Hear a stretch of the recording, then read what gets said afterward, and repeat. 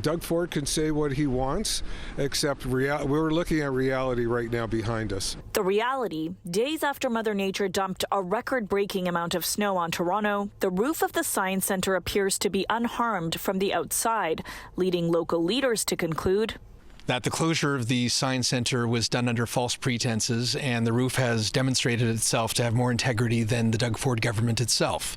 Premier Doug Ford was asked if he did, in fact, provide a false reason when his government rushed to close the Science Centre a year and a half ago, telling the public snow could cause the roof to collapse. Not at all. I had two independent engineering firms telling me it'd be dangerous, and when there's children in there and saying there's a possibility of the roof collapsing, I'm not going to chance having children in there, and I'm responsible for that not happening.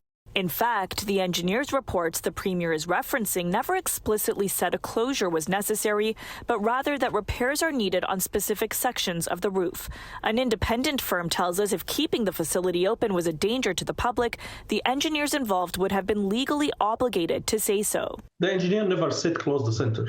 Even the manner by which they went about closing it, there was no rush. There was no imminent danger. Now, removing a record amount of snow from the roof is no easy task. In fact, Infrastructure Ontario tells us only limited snow removal has happened in select areas and under strict engineering controls. What they haven't told us is the condition of the building from the inside.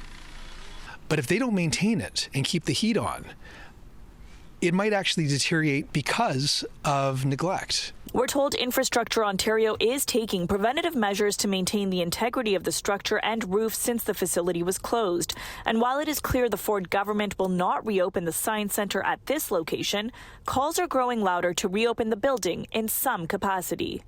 What are you hearing from constituents? Do you feel like there's still a desire to reopen it?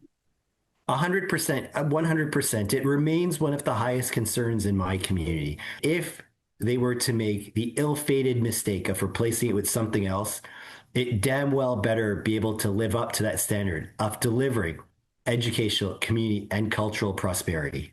As for the new Science Centre, which the government says will open at Ontario Place in 2029, it's jaw-dropping when you see it. For City News, I'm Tina Yazdani.